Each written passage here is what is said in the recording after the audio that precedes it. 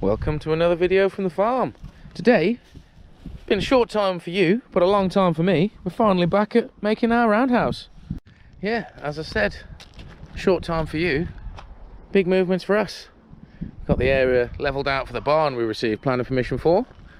And you probably just see over the top of the toilet there, we've got 4 more of our chicken skis in. So, one of the busiest few months of my life, but we've got there, we've got loads of stuff done, and now I can finally crack on with this roundhouse. So today then, I'm going to finish off a couple of rows of bags that I've already got filled over there, which we made a little temporary pond whilst we were washing some of these slats off. Leave them in there to soak a bit. Not going to dismantle that now, as we've pretty much got them all done that we need. And yeah, going to bring all those bags over, get them on, and then I'm going to put some windows in. So I've got this one arch window pretty much ready to go, just need to chop the ends off and can slot this in somewhere nicely. I think I might put it opposite the door.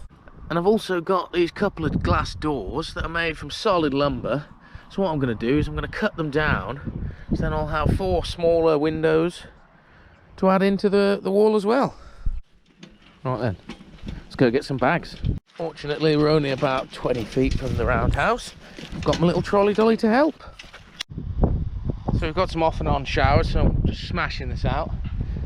Absolutely quick time. Done all these in about 10 minutes. That's the major advantage of pre-filling your bags before you start building a layer. Because yeah, got enough to do this next piece in about 30 seconds, I reckon.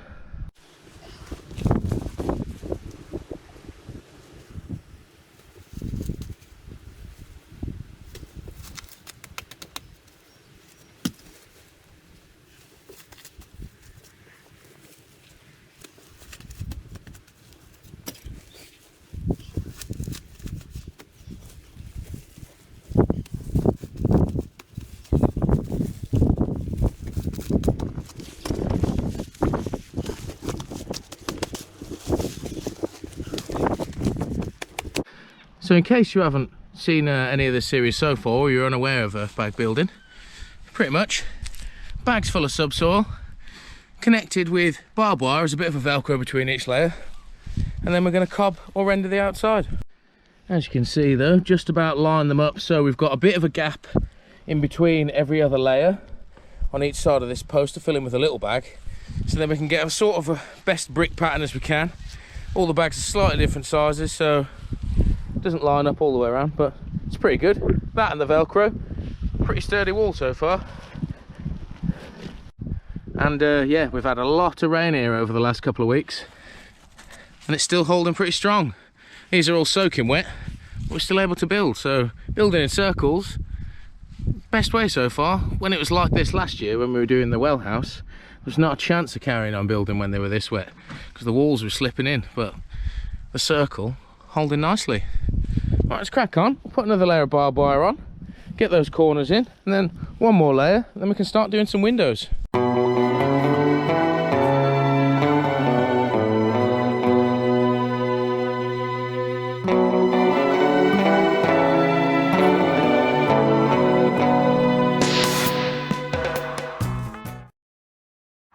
Okay then, we're getting there. We're up to the level now where I want to start putting windows in.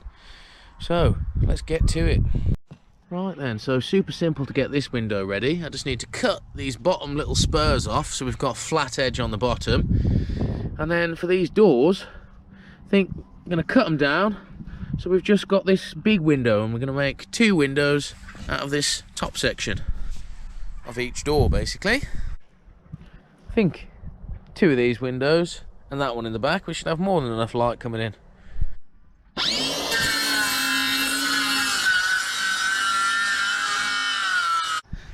Some pretty solid timber. I'm going to leave the door handle on, so it always reminds me where these windows came from. A little something for people to ask about when they visit as well, isn't it? Try and film this last cut. As you can see, I've just cut a thin edge along there. I'm going to do the same along here. And we've got the thick bit at the top and the bottom.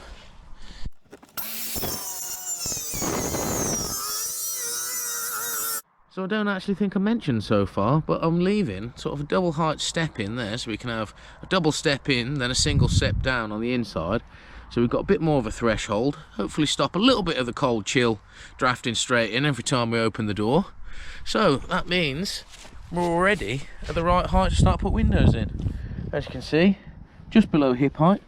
So when I frame the windows out of these big thick timbers, we should be at hip height on the inside, which gives us the perfect height for a window. I think I'm going to go for a window on either side, pointing east and west-ish, and then I'm going to have a window on the north side as well. Now I want that little window on the end there, my round window, because as you can see, after the rains we've had, it's already wet here. Got a nice little bog that's here for about 6-7 months of the year. So what I'm going to do is just scrape out a little patch of this in the middle, so we've got a mini micro pond, a little bit of nature encouragement, and something nice for me to look out the window at. That's a while away though, we won't do that till we're putting in water lines and stuff when we next get a little mini digger in. Handy that we've got a little station where we've been jet washing all these slats already, so we'll give these a quick clean off and then they're pretty much ready to go.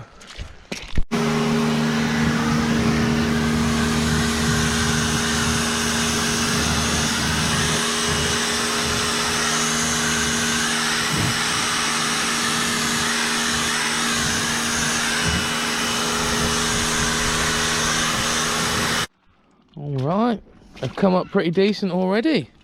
Once they're in and we give them a final clean, you wouldn't even tell that this was a door once.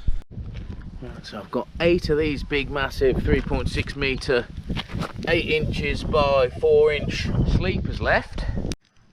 Now I've just measured the window, so I'm going to have the bottom of the windows just a bit longer than the sides, so I can have the sides going straight into the bottom beam, basically. Take all the weight from above the window straight through this wood frame, straight into the sill at the bottom of it. So got to mark them all out and then we'll get some cut, build the first one, see how we get on.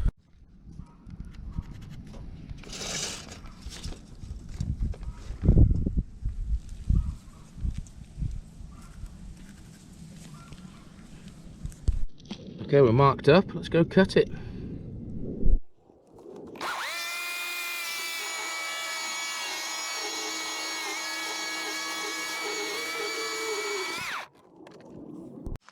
Alright, that's the 2 sides.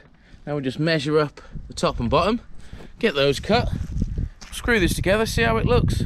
So I've just come up with a bit of change of a plan. I'm going to do the bottom one flush with the bottom of those timbers, so 100.5 should do. And then I'm going to make the top one with about 6 inch overhang on each side, so I can mesh that into the actual Earthbag wall and direct some of the roof weight straight into the wall either side of the window. I know these timbers will probably take it, but the less weight we can have going through them, through the window, if they shift, the better really. In fact, I've had another ponder, gonna stick to how I was and just make a square frame around this window. It should be fine. As there's only gonna be a couple of layers, and then we're gonna have the roof sill beams anyway, this shouldn't matter. So mark it up the same as the other one. We'll cut it, see how it is, and then we'll give them a screw together.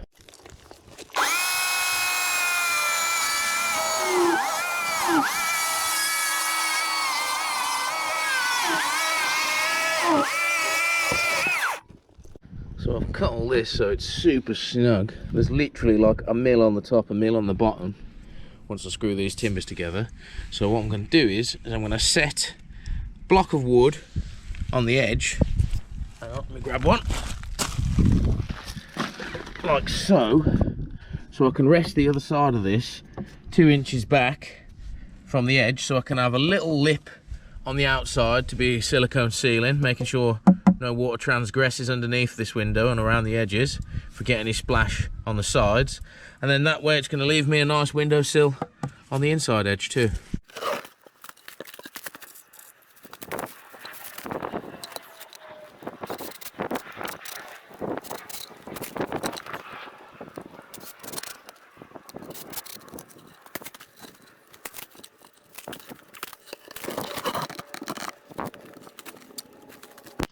So to screw all these big timbers together, I've gone and got some of these bad boys. Massive decking screw type screws.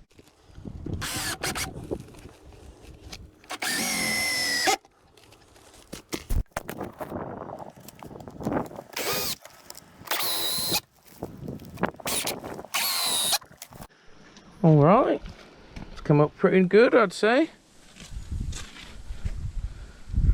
I don't know if you noticed, but I put those screws in at a bit of an angle so I can get them out from this side. Just going to put in a few more around this side at a bit of an angle into the wood. Lock this window in position now until I get some trim to go around the outside and the inside.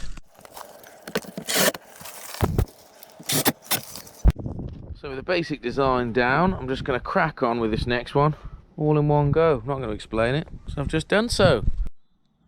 Right then, got one window over there, one window over here, pretty much equally spaced, 4 and a bit bags from the door, so I'll be able to pretty much look in every direction, fingers crossed, from here.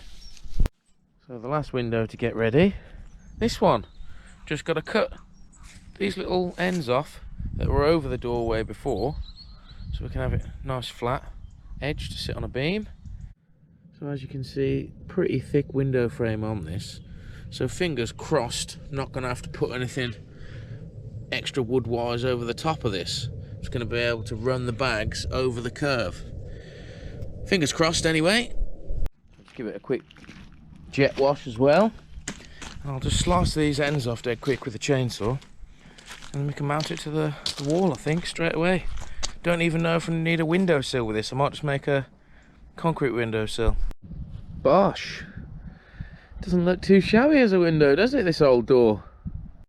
So I've had to wait for Stu to get back last night so we could quickly get these on, because yeah, too heavy for me to lift on the wall by myself. But yeah, 2 side windows in, and a window at the back there, all in position, looking good. So yeah, pretty happy with how these old doors have turned out as windows. Nice window sills on the inside, big thick chunky look to them as well, really. All in all, perfect for upcycled material. And this back arch window is going to be great. Going to be able to look straight out onto my little nature area out there. Right, I think we'll wrap this video up here then. I'm just going to keep smashing out loads more bags now. This is another 2 rows. Plenty of soil left over here to get in though. Probably just add a little snippet of time lapse of filling more bags, but everyone knows how bags fill, don't need to see any more of that. So I guess we'll catch me in the next one, when hopefully be pretty much finishing off the roundhouse, if I get enough bags filled, that is. Right then, until next time, bye bye.